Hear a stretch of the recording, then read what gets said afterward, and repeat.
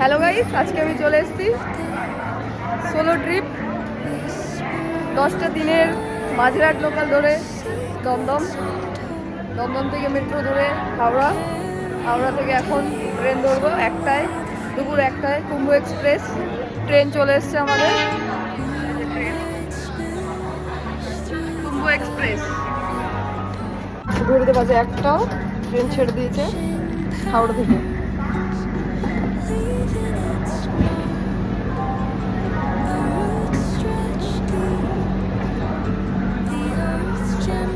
ঘুরতে বাজে এখন 10:10। ট্রেন এখন দাঁড়িয়েছে লাবাহন বলে একটা শুনশান প্ল্যাটফর্মে। দেখাচ্ছি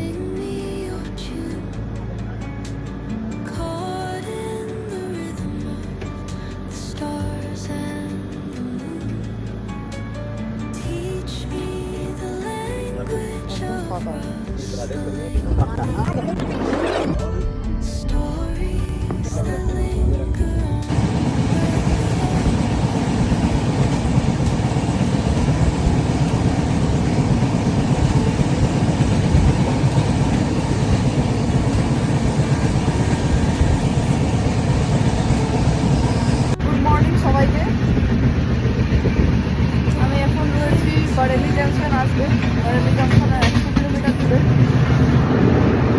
সকাল এখন 8:30 বাজে। ট্রেন আমাদের 8 ঘন্টা লেট। সুন্দর ভিউ, সাথে ঠান্ডা ঠান্ডা ওয়েদার, আলাদাই লাগছে। একবার দেখাই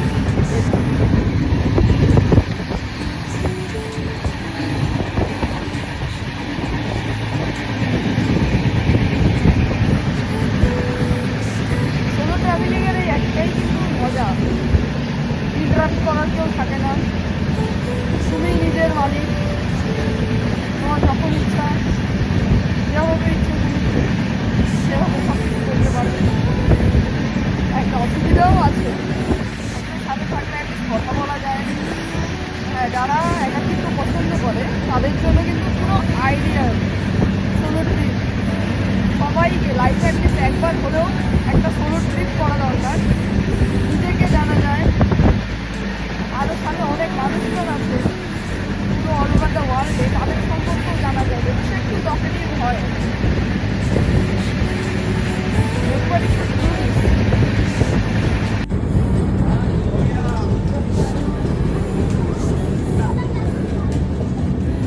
বারেলি জংশন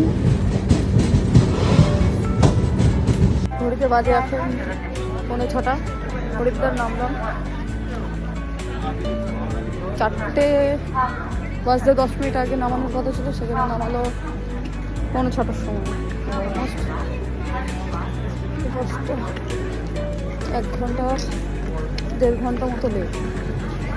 কুম্ভ এক্সপ্রেস এখান থেকে দেরাদুন যেতে হবে শেয়ার ট্যাক্সি আর বাস করে, কারণ 7:30টার আগে কোনো ট্রেন নেই অ্যাভেলেবেল। বাস স্ট্যান্ডে যাবো, বাস ওখান থেকে দেরাদুন। লাস্ট 2023-এ এসেছিলাম হরিদ্বারে, সেম নস্টালজিয়া ফিলিং। তখন অনেকে ছিল কিন্তু এখন একা।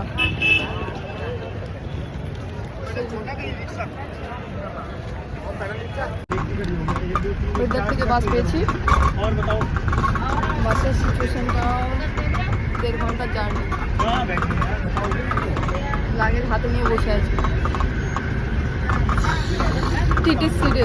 টিটি টিকিট কাটতে ততক্ষণ বসবো, তারপরে দাঁড়িয়ে থাকতে হবে। খুব খারাপ অবস্থা। কুম্ভ এক্সপ্রেস ঝুলিয়ে দিয়েছে এন্ড মোমেন্টে, হরিদ্বারে নামিয়ে দিয়েছে। এখন এইভাবে ওই জন্য স্ট্রাগল করে যেতে হচ্ছে। কোইন্সিডেন্টলি একজন সাথে দেখা হয়েছে।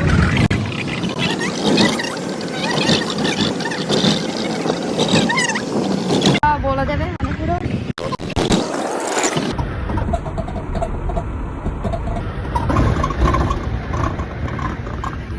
ট্রাভেলারে উঠে গেছি।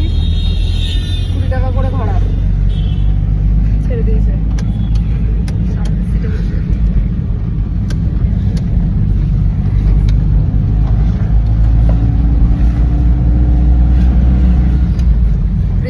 যদি যাবে 20 টাকা করে ভাড়া নেবে। যেহেতু আমার লাগেজ রয়েছে ওই জন্য দুটো ভাড়া আমাকে দিতে হবে 40 টাকা। কোনো ব্যাপার না, লাগেজের জন্য একজন বসতে পারছে না, লাগেজের জন্য ঠিক আছে, কি করা যাবে। Let's go. আমার ধর্মশালা বা হোটেল যেটাই বলো না কেন, আগরওয়াল ভবন। এদিকে গেলে প্রিন্স চক, আর এদিকে সামনে টার্ন আছে ওইদিকে, ওখানে গেলে তোমার স্টেশন, আমাদের যেটা দেরাদুন স্টেশন সেটা। তো বুঝতেই পারছো হোটেলের লোকেশনটা কীরকম জায়গায় রয়েছে, খুব সুন্দর কিন্তু হোটেলের লোকেশনটা। চলো যাওয়া যাক।